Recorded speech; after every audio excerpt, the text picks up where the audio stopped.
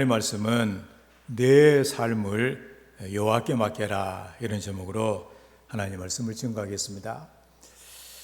먼저 모세 얘기를 한번 해보려고 합니다.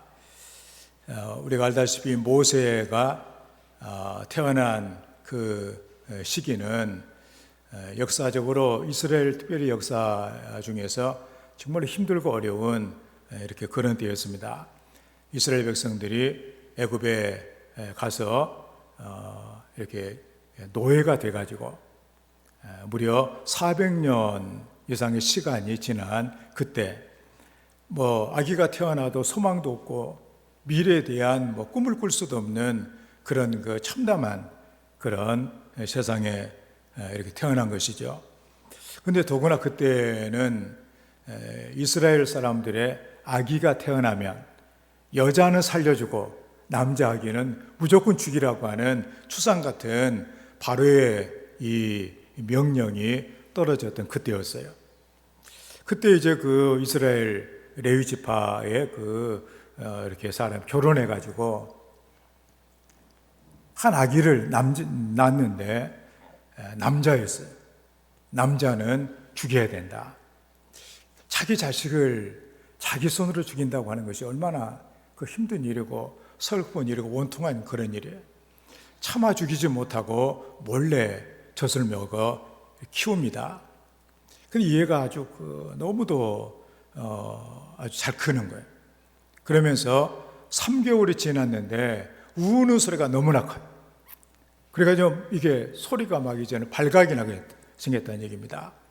그래서 만약에 아기를 안 죽이고 있는 것이 발각이 된다면 아기도 죽을 뿐만이 아니라 온 가족이 다 죽어야 되어지는 그런 그 심각한 그런 현실에 부딪히게 됩니다. 그래서 이 모세의 어머니가 요게벳인데, 이 요게벳이 어쩔 수 없이 이제 아기를 이제 차마 자기 손으로 죽이지는 못하고 나일강에다가 버리기로 작정을 합니다. 이것은 정말 하나님을 믿지 않고서는 할 수 없는 그런 일이었어요. 그래서 하나님께 다 맡기고 갈대로 상자를 만들고 그 사이를 아스팔트로 다 메꾸고 그래서 이 상자를 띄우는 거예요. 나일강은 알다시피 세계에서 가장 무서운 나일 악어들이 막 드실고리 있어가지고 먹을 것만 있으면 뼈도 막 없이 다 먹어치우고 하마뿐만이 아니라 온갖 이런 이렇게 위협이 많이 있고 사람들이 거기서 고기를 잡고 그런 것이기 때문에 이 아기가 산다는 것은 하나님이 돌보지 않고서는 있을 수 없는 그런 일이었다, 그런 얘기입니다. 그래서 마지막에 아기와 작별을 하고 아기를 강물에 띄어보내면서 그 어머니가 얼마나 기도를 했겠어요. 하나님, 이제 아기는 내 손에 더 이상 내가 이제는 어떻게 할 수가 없습니다. 하나님의 손에 맡겨오니 하나님께서 이 아기를 책임을 져 주시라고, 그러면서 얼마나 기도를 했겠어요. 눈물을 흘리면서. 그걸 이제 노래로 만든 것이 바로 요게벳의 노래라고 하는 그런 요게벳, 모세의 어머니의 기도다, 그런 얘기입니다. 여기 보면 이제 아기를 띄워 보내면서 그 내용이 뭐가 있냐면 눈물 흘리면서 한 그 얘기가 나와요. 너의 삶의 참 주인, 너의 참 부모이신 하나님 그 손에 너의 삶을 맡긴다, 그러네요. 나는 이제 너를 키울 수가 없다. 난 너를 도와줄 수도 없고 내 능력으로는 안 된다. 네 힘으로도 살 수도 없다. 너의 참 주인과 너를 이끄시는 주 하나님 그 손에 너의 삶을 드린다. 그러면서 뭐라고 또 있느냐면은 그 밑에만 보면은 그가 널 구원하시리, 그가 널 이끄시리라, 그가 널 사용하시리, 그가 너를 인도하시리. 너의 삶의 참 주인, 너의 참 부모이신 하나님 그 손에 너의 삶을 맡긴다, 그런 내용이에요. 한번 그 노래를 한번 들어보도록 하겠는데, 한번 그 내용을 생각하면서 은혜가 됩니다.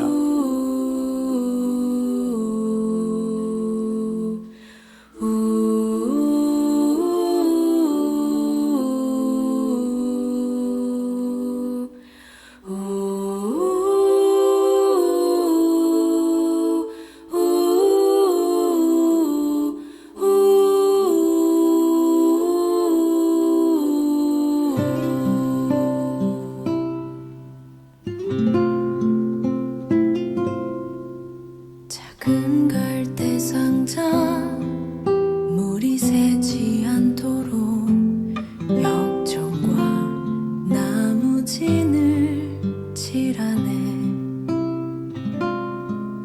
어떤 맘이었을까 그녀의 두 눈엔 눈물이 흐르고 흘러.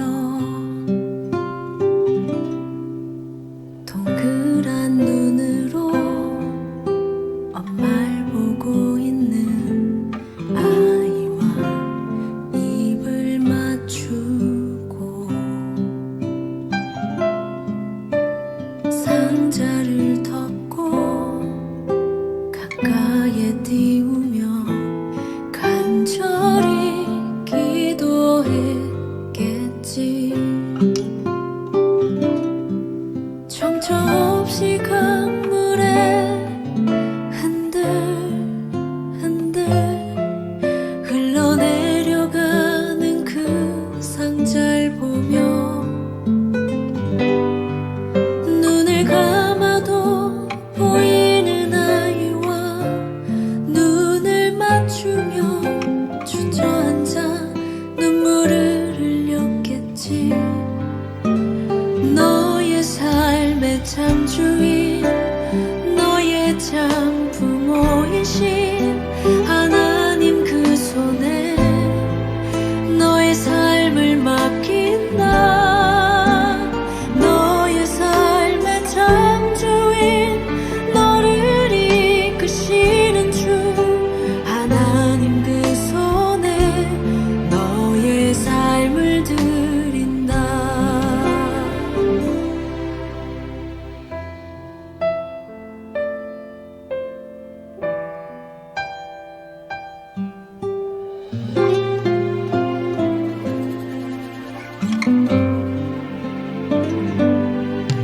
어떤 마음이었을까 그녀의 두 눈에 눈물이 흐르고 흘러.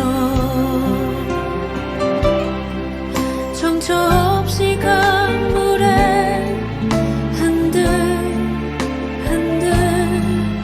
흘러내려가는 그 상자를 보며 눈을 감아도 보이는 아이와 눈을 맞추며 주저앉아 눈물을 흘렸겠지. 너의 삶의 참 주인, 너의 참 부모이신 하나님 그 손에 너의 삶을 맡긴다. 너의 삶의 참 주인, 너를 이끄시는 주 하나님 그 손에 너의 삶을 드린다. 그가 널 구원하시리. 그가 널 이끄시리라. 그가 널 사용하시리. 그가 너를 인도하시리.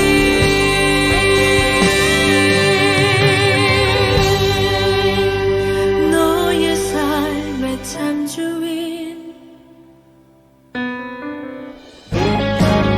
너의 삶의 참 주인, 너의 참 부모이신 하나님 그 손에 너의 삶을 맡긴다. 너의 삶의 참 주인, 너를 이끄시는 주 하나님 그 손에 너의 삶을 드린다.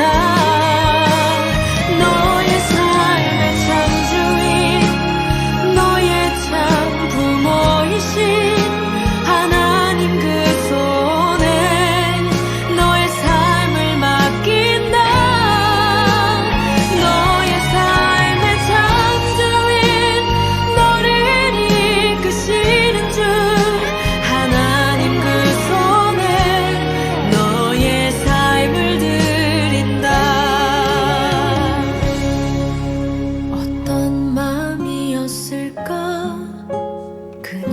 나의 두 눈엔 눈물이 흐르고 흘러.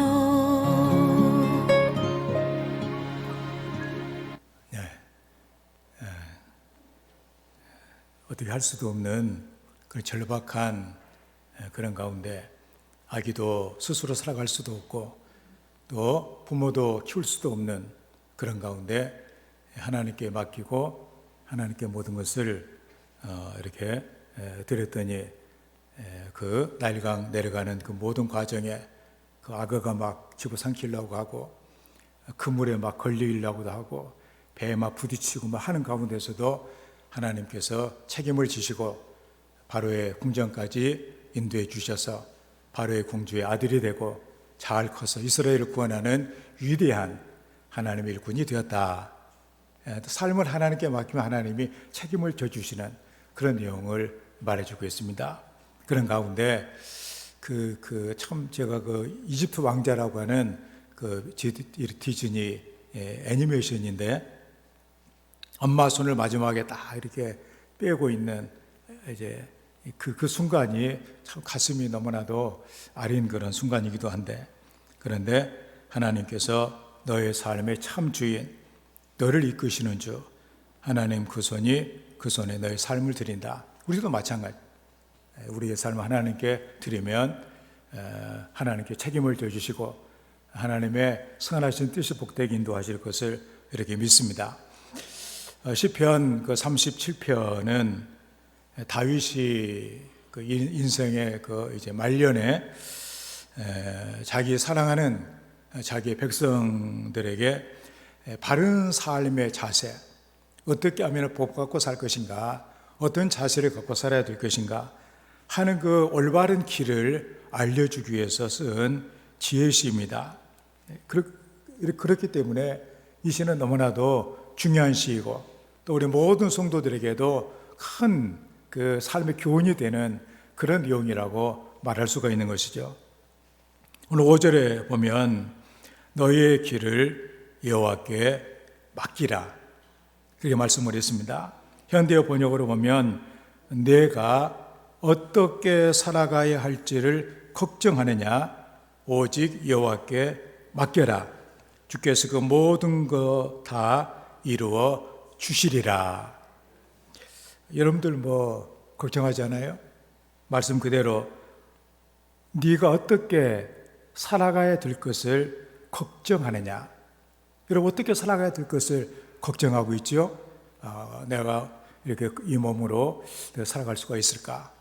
내가 이렇게 가진 것 가지고 내가 살아갈 수가 있을까? 사는 세상은 너무나 험한데 내가 견뎌낼 수가 있을까? 이런 여러 가지 그런 거 걱정하느냐, 어떻게 살아가야 할지를 걱정하느냐. 여호와께 맡겨라. 주께서 그 모든 것 다 이루어 주시리라.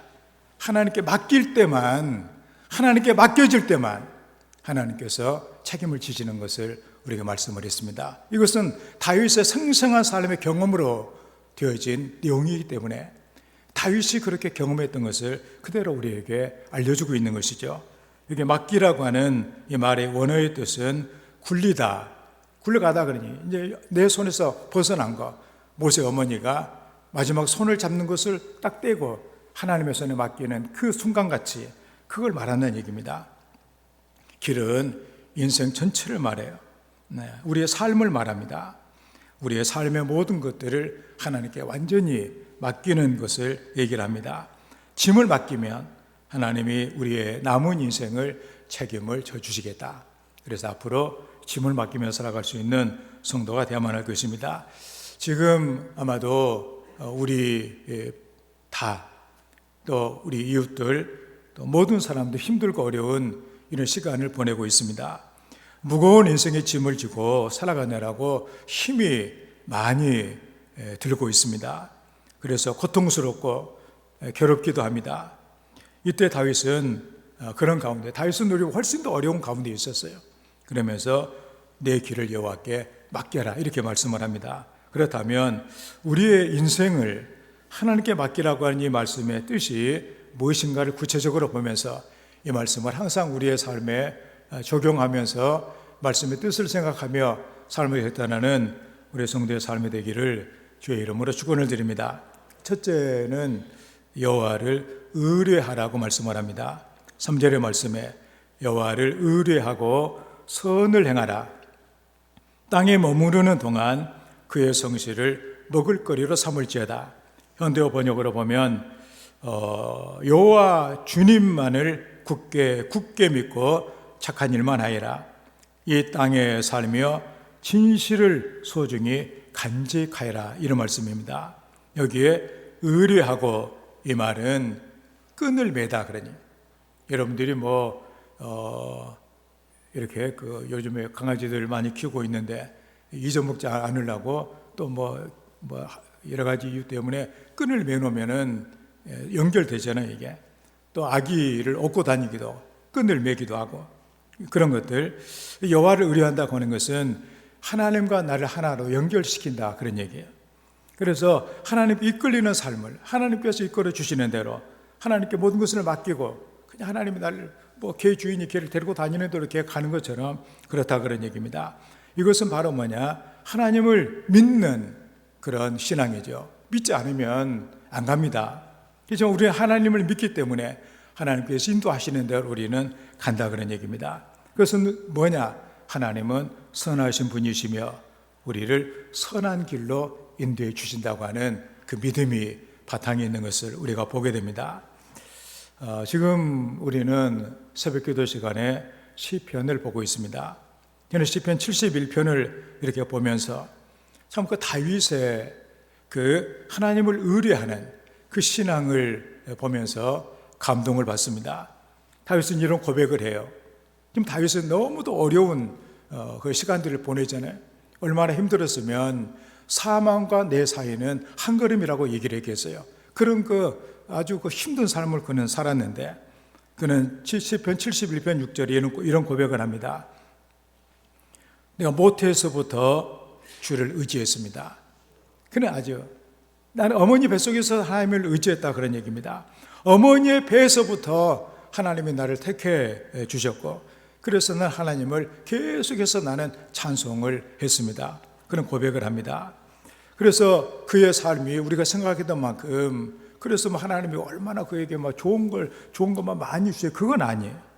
때로는 그가 고백을 하기를 71편 7절에 보면은 세상 사람들은 나를 이상한 징조로 나를 대합니다. 너는 참 이상한 놈이다. 근데 세상에 있어야 될 그런 존재가 아닌 것 같다. 그러면 자기를 이상하게 생각을 하고 요즘에 예수를 열심히 믿는다고 이상하게 생각하는 사람이 있는 것처럼 이상한 징조로 자기를 봤다. 그리고 11절에 보면은 하나님이 너를 버렸다. 하나님이 너를 절대로 구원하지 않는다.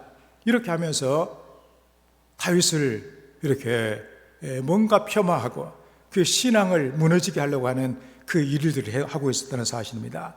그는 그럼에도 불구하고 나는 여전히 주님을 찬송할 것이고 주님께 영광을 돌림이 하루 종일 내내 내 입에 계속이 될 것입니다. 그래 고백을 했을 뿐만이 아니라 나는 항상 소망을 품고 주를 더욱더 찬송을 하겠습니다.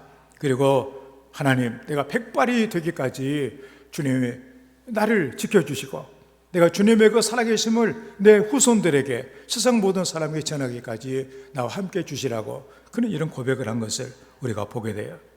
그렇기 때문에 우리의 삶의 가장 든든한 것은 여호와를 의뢰하는 것이다. 그러니 하나님과 우리 사이를 끈으로 묶고 하나님을 믿고 하나님의 말씀 가운데 계속 나아가는 이런 성도가 되어야만 하겠습니다.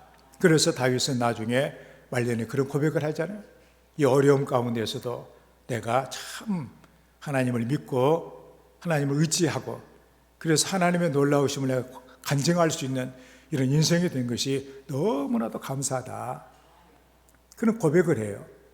저는 우리 성도들도 이런 고백들이 많이 있어야 된다고 이렇게 믿습니다. 여러분들이 나중에 나이가 들어서 과거를 회고하면서 그때 내가 하나님을 끝까지 내가 믿고 내가 좀 더 내가 말씀 가운데 섰어야 되는 건데 내가 그때 그렇게 하지 않는 게 참 후회가 된다. 이렇게 하면 되겠냐 그러니 지금 이 어려울 때 여러분들이 어떻게 하나님을 믿고 행동하느냐는 대단히 중요하다 그래요. 나중에 여러분들 간증거리가 될 수도 있고 나중에 후회거리도 될 수가 있다는 사실이에요. 그런 의미에서 여호와를 의뢰하고 하나님의 말 선을 행하는 이런 성도가 되어야만 할 것입니다. 기독교 영성 작가인 브레넌 매닝이라고 하는 사람이 신뢰라고 하는 그런 글을 썼는데 그 부제가 뭐냐? 하나님께로 가는 거침없는 믿음의 길이라고 하는 그런 책에서 그는 이런 얘기를 합니다. 우리는 늘 확실한 답을 찾기를 원합니다. 그러나 확실한 답을 탐하다가 하나님을 신뢰하는 모험을 없애려 합니다. 두렵기 때문입니다. 미지의 세계에 대한 막연한 두려움을 가지고 어떤 길이 옳으냐 기도하게 되고 또 알려고 할 수밖에 없습니다. 하지만 이런 태도가 우리를 엉뚱한 곳으로 이끌거나 하나님의 역사와 사랑에 대한 신뢰를 무너뜨리는 역할을 하게 됩니다. 신뢰는 하나님 아버지의 애정을 얻게 하는 귀하고 값진 보물입니다.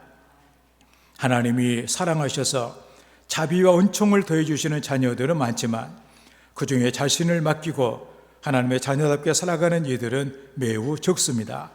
자식으로서 그분의 선하심에 부동의 신뢰로 반응하는 이들이 적다는 것입니다.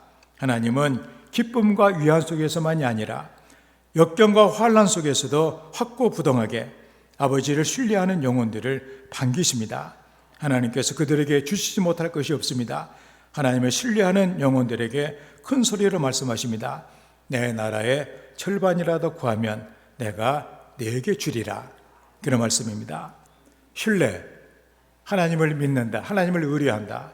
그건 바로 모든 일을 하나님께 맡기며 하나님의 뜻에 따라 순종하는 것입니다. 하나님의 말씀 가운데 서는 것입니다.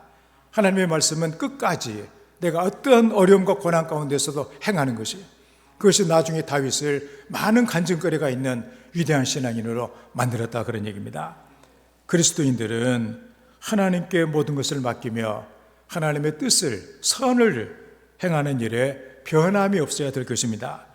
세상 풍조를 따라가는 것이 아니라 선을 행하면서 살아가면 할 것입니다. 악한 자들이 형통하고 의인들이 어려움을 당하고 믿는다고 하면서 여러 가지 불이익을 당할지라도 우리는 성실하게 하나님의 말씀만 믿고 나가는 성도가 되어야만 할 것입니다. 이유는 바로 이 선하신 하나님께서 지금도 살아계시기 때문입니다. 하나님께 맡기며 선을 행하는 이 모습, 우리는 하나님이 살아계신다는 우리의 신앙 고백입니다. 하나님은 그 살아계심을 우리는 이렇게 나중에 그것 봐라, 내가 옳지 않았느냐, 하나님이 이렇게 책임을 져주지 않으시느냐, 이걸 간증할 수 있는 우리 모든 성도가 다 되시기를 주의 이름으로 축원합니다. 다음에 두 번째로 여호와께 맡기는 삶은 여호와를 기뻐하는 것이라고 말씀을 했습니다. 4절 말씀에 또 여호와를 기뻐하라. 그가 내 마음의 소원을 내게 이루어 주시리라. 현대 번역으로 보면은 여호와라는 이름만 들어도 기뻐하여라. 내 속마음으로 간절히 바라는 것을 허락하시리라. 그렇게 했습니다. 여기에 기뻐하라, 원어의 뜻은 고상한 기쁨을 충분하게 누리다, 그런 얘기예요. 여러분들 그 김영석 교수가 전에 동아 얘기 중앙일보에 한 유명한 말이 있습니다. 자기가 100살을 넘도록 살다 보니까 세상에 절대로 행복해 줄 수 없는 두 사람의 종류가 있더라는 거예요. 첫 번째 종류는 뭐냐? 정신적인 영혼의 가치를 생각하지 않냐고 세상에 눈에 보이는 가치만을 따르는 사람들은 절대로 행복하지 못하더라, 그런 얘기예요. 그래서 정신적인 영혼의 가치는 뭐냐? 바로 만족한다고 그랬습니다. 세상에 그것을 아무리 많이 얻어도 만족이 없어요. 그렇지만 영혼의 이 충만함은 우리에게 만족을 준다는 얘기예요. 바로 고상한 기쁨을 충만하게 누린다, 그런 얘기예요. 하나님이 주시는 이 은혜가 만족을 누린다는 사실이에요. 믿음으로 하나님께 맡기며 하나님께서 내 삶의 모든 것들을 좋게 하실 것을 내가 기대하니까 너무도 기쁘다. 하나님만 생각을 해도, 여호와라는 이름만 들어도 너무도 기쁘다, 그러니 그 기쁨, 여러분, 세상이 주는 뭔가 얻어가지고, 자식이 잘 돼가지고, 내가 건강해가지고, 이래가지고 얻게 되는 기쁨이 아니라 하나님 때문에 기뻐하는 이 기쁨까지 여러분들이 간직할 수 있다면 더 없는 보화를 얻는 것이다. 그런 얘기. 그래서 100살이 넘는 그 사람이 그 경험한 그거 다 봤더니 그렇더라, 그런 얘기. 여러분들도 영혼의 기쁨을 얻는 만족하는 삶을 살아가는 성도가 되어야만 하겠습니다. 어느 그리스도인이 여호와를 기뻐한다. 여호와를 기뻐하는 것이 뭘까? 그래서 성자를 찾아갔대요. 그래서 여호와를 기뻐하는 것이 무엇입니까? 이렇게 물어봤어요. 그래서 성자가 그에게 다시 반문을 합니다. 장사하는 사람이 기뻐하는 것은 무엇일까요? 그러니까 그거야 돈 버는 거죠. 대답을 했어요. 그래서 성자는 계속해서 또 반문합니다. 술꾼과 도박꾼들이 제일 기뻐하는 것이 무엇일까요? 그러니까 그거야 뭐 술 마시고 도박하고 하는 거 그거 좋아하겠죠. 그렇다면 왜 장사하는 사람이 돈 버는 것을 기뻐하고 왜 술꾼이 술을 그렇게 좋아할까요? 그렇게 물어보니까 그리스도인이 잠시 생각하더니 이렇게 대답을 했습니다. 장사하는 사람이 돈을 버는 것을 기뻐하고 술꾼이 술 마시는 것을 그렇게 기뻐하는 것은 그들에게는 그것이 삶의 전부이기 때문입니다. 그랬어요. 그때 성자가 얘기를 합니다. 여호와를 기뻐한다고 하는 것, 여호와 하나님을 삶의 전부로 삼고 존재의 목적으로 삼는다는 것을 말하는 것이네. 그런 얘기예요. 하나님께 맡기는 삶, 하나님을 경외하는 것으로만 끝나는 것이 아니라 하나님의 모든 것을 하나님의 선하신 섭리로 받아들이는 거예요. 그래서 감사를 하는 거예요. 기뻐하는 거예요. 우리는 역대상 22장 8절의 말씀을 보면은 다윗의 얘기가 나옵니다.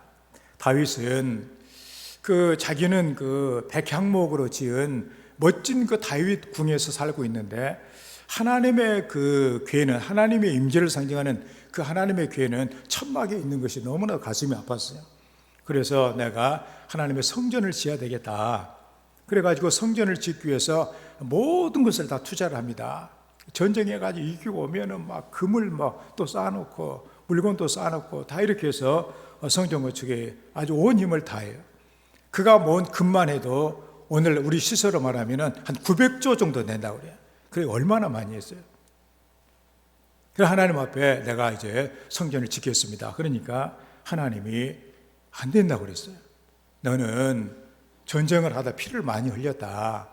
이 성전이 평화의 성전이 돼야 되는데 네가 피를 흘린 네가 짓는 것이 합당치 않기 때문에 네 아들을 통해서 내가 성전을 짓겠다.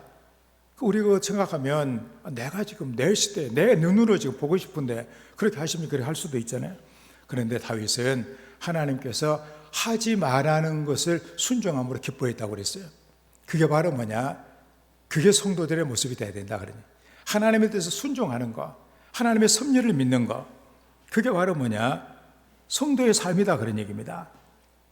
그래서 악인의 형통함이나 악인의 번영이나 이거 부러워하지 말고 하나님께 소망을 두고 그로 인해서 기뻐해야 되는 거, 이게 바로 성도의 모습이다 그런 얘기입니다. 그래야 할 때 하나님께서 우리의 마음의 소원을 이루어 주시겠다 이렇게 말씀을 하십니다. 하나님은 당신이 기뻐하는 사람이 뭘 원하는 걸 알고 있어요. 그 마음이 뭘 사모하는 걸 알고 있어요. 그런데 하나님의 모든 것들을 다 그 섭리로 받아들이며 기뻐할 수 있는 이런 사람이 누릴 수 있는 복이 뭐냐? 하나님께서 아르셔서 해 주신다 그런 얘기 아니에요? 그걸 우리는 누려야 되겠다는 사실입니다. 그래서 여호와를 기뻐하라. 하나님께서 내 마음에 있는 모든 것들을 다 좋게 하시는 은혜를 받는 이런 성도의 삶이 되기를 주의 이름으로 축원을 드립니다. 다음에 세 번째로 여호와를 기다리라고 말씀을 합니다. 7절 말씀에 여호와 앞에 잠잠하고 참고 기다리라. 자기 길이 형통하며 악한 꾀를 이루는 자 때문에 불평하지 말지어다. 불평하지 말고 기다리라는 거 아니에요? 이걸 이제 7절에 현대 번역으로 보면 묵묵히 참고 기다리라. 여호와께서 거둥이라고 하는 건 뭐냐면은 옛날에 왕의 행차를 가리켜서 거둥이라고 그랬어요. 그러니까 왕이 이제 움직이신다 그런 얘기입니다. 여호와께서 움직이신다.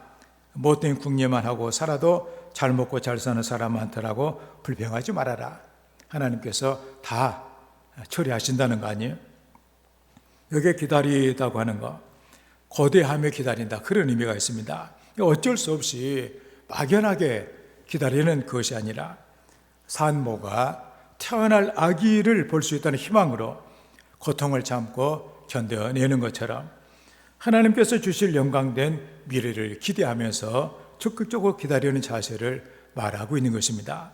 기다린다고 하는 것, 기다리면서 기뻐할 수 있다고 하는 것, 이거 성도가 누릴 수 있는 놀라운 하나님의 은혜고 복인 것을 우리는 알아야만 할 것입니다. 미국의 그 50대 중반의 목사가 자기가 인생에 대한 정말로 소중하게 생각하는 정말로 중요한 그런 그 내용을 쓴 그 책을 내기로 작정을 합니다. 그래서 원고를 써가지고 여러 출판사에 이거 정말로 중요한 것이고 내가 정말로 하나님께 기도하면서 내가 얻은 그 지혜인데 책으로 내줬으면 좋겠다. 근데 어떤 출판사도 그 호응을 해주질 않는 거예요. 퇴짜를 여기에서 맞고 원고 그 뭉치가 책상에 막 이렇게 쌓여 있습니다. 그래서 그 원고를 볼 때 화가 났어요. 그래서 막 원고 뭉치들을 화가 나 쓰레기통에 막 집어던지면서 이렇게 합니다. 아내가 막 놀래면서 이렇게 말리고 막 그렇게 하지 말라고 신경질적으로 막 그까지 그 원고 막 다 갖다 버리라고 내가 이거 쓰느라고 내가 얼마나 고생을 했는데 알아주지도 않고 그렇게 했어요. 그 다음날 그 아내가 원고 뭉치를 들고 다른 출판사를 찾아갔답니다. 출판사 사장은 이게 투박한 이 꾸러미를 이렇게 이상한 눈빛으로 바라보더니 포장을 풀고 그 다음에 아주 그 신중하게 넘겨보더라는 거예요. 그게 바로 뭐냐, 영원히 빛을 보지 못할 것 같은 그 내용들이 책으로 나오게 된 그 계기가 된 거예요. 그 책이 바로 뭐냐면은 노만 빈센트 필의 긍정적 사고방식이라고 70년대 80년대 번영을 이루면서 적극적인 그 사고를 온 세계 사람이 심어줬던 그 놀라운 책 긍정적 사고방식, 바로 그 책이에요. 이게 책으로 출간되자마자 엄청난 호응을 받게 되는 것 아니에요? 세계적으로 많은 교계나 세상에 영향을 미쳤던 그 책, 만약에 그 아내마저 포기를 했다면 아마 유명한 책은 아마도 쓰레기통에서 끝이 나고 말았을 거예요. 우리가 하나님의 때를 기다리면서, 기다린다고 하는 것은 기다리는 자체가 바로 우리에게는 복이 된다는 사실입니다. 그래서 여호와께 맡기는 것은 바로 하나님을 신뢰하고 의뢰하고 맡기고 그 다음에 하나님의 그 선하심을 믿고 기뻐하면서 그리고 기쁨으로 기다리고 있는 그 모습이다, 그런 얘기입니다. 우리는 내가 하겠다고 그래서 안 되면 막 불평하고 원망하고 하면 안 된다, 그런 얘기예요. 어떤 유명한 사람이 그 많은 사람이 모인 가운데 간증을 했는데 어떻게 굴러다 보니까 이렇게 됐다고 얘기를 하더래요. 그래서 옆에는 깜짝 놀랐답니다. 저렇게 인생을 아주 확실하게 규모 있게 이렇게 산 사람의 얘기로서는 저 소리가 보통 무슨 소린가? 어떻게 굴러오다 보니까 이렇게 됐다. 바로 이게 인생의 모습이라, 그런 얘기예요. 그렇지만 우리는 하나님을 믿고 우리는 선을 행하면서 우리가 하나님을 의지하는 이 가운데 나가게 되어졌을 때 하나님께서 우리의 삶을 인도하시는 은혜가 있음을 알아야 되겠다는 사실입니다. 우리는 내가 조급하여 내가 하겠다, 조급한 이런 것들 때문에 안 되는 일들이 얼마나 많느냐, 그런 얘기입니다. 모든 문제 해결은 하나님께 있다는 사실을 알아야 되겠습니다. 오늘 우리도 또 우리 성도들 가운데도 속에 상하신 분들이 있을 거예요. 왜 세상은 내 마음대로 안 된가? 내 뜻대로 안 되는가? 이런 나를 너무나 불편하게 하는 것들이, 그것 때문에 원망, 불평한 것들이 내 인생이 편안하지 못하는 인생들이 얼마나 많냐, 그런 얘기. 우리는 오늘 말씀을 생각을 해야만 할 것입니다. 그리고 모세를 생각을 해야만 할 것입니다. 그 요게벳의 기도를 우리가 생각하면서 하나님께 맡겼더니 하나님이 해주시는 방법은 내가 하려고 했던 생각보다 훨씬 더 놀라운 일들이 일어난다는 사실을 알아야 된다는 사실이에요. 이 알바트로스라고 하는 새입니다. 알바트로스. 저 새의 별명이 뭐냐면은 바보새예요, 바보새. 왜 바보새냐면은 몸에 비해서 날개가 너무나 커요. 그래가지고 날개를 주체를 못하고 걷는 것이 꼭 이렇게 바보가 걷는 것 같이 그렇게 걸어간다고 해서 저 새의 별명이 바보새예요. 그런데 저 새가 위력을 발휘할 때가 있습니다. 언제냐면은 폭풍우가 몰아쳐가지고 다른 새들은 전혀 날지를 못할 때 이 새는 그때가 바로 날 때가 된다는 얘기예요. 어떻게 나느냐 하면 그 절벽에 그 날개를 길게 펴고 있게 되면 그 세차게 바람이 불게 되면 그 바람의 힘으로 가장 높이 가장 멀리 나는 그네 새가 된다는 사실이에요. 그래서 알바트로스는 가장 높이 가장 멀리 나는 그 새인데 자기 힘으로 나는 것이 아니라 바람의 힘을 이용해서 그대로 가장 높이 가장 멀리 날아가는 새가 된다는 사실입니다. 바로 이 바보새의 모습이 하나님께 모든 것을 맡기고 살아가는 성도들의 모습이 되어야 되겠다, 그런 얘기입니다. 우리는 왜 속이 상한가? 내 마음대로 안 된다, 내 뜻대로 안 된다, 이거. 내 계획이 틀어졌다. 우리는 성경에는 그렇게 우리 살라고 말씀하지 않고 있다는 사실입니다. 모든 것을 하나님께 맡겨라.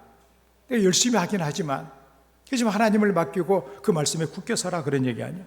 전적으로 의탁하고 자신이 처한 환경이 너무도 암울하고 소망이 없는 것처럼 보여도 하나님께 맡겨라, 그런 얘기예요. 아무리 캄캄하고 모든 것이 힘들 그때도 하나님께 맡기면 우리가 고민하고 염려할 필요가 없잖아요. 걱정하고 내 미래가 어떻게 될 것인지 이렇게 하면서 속이 상하고 원망이 생기고 불평하고 이런 생각이 이런 거 없어진다는 얘기예요. 하나님을 믿기 때문에, 하나님의 선하심을 믿기 때문에, 내가 맡겼기 때문에. 그리고 기다리면 하나님께서 이루신다는 사실입니다. 그래서 우리는 오늘 말씀을 우리가 정리하면서 우리의 인생길을 하나님께 맡기시는 성도가 되어야 되겠습니다.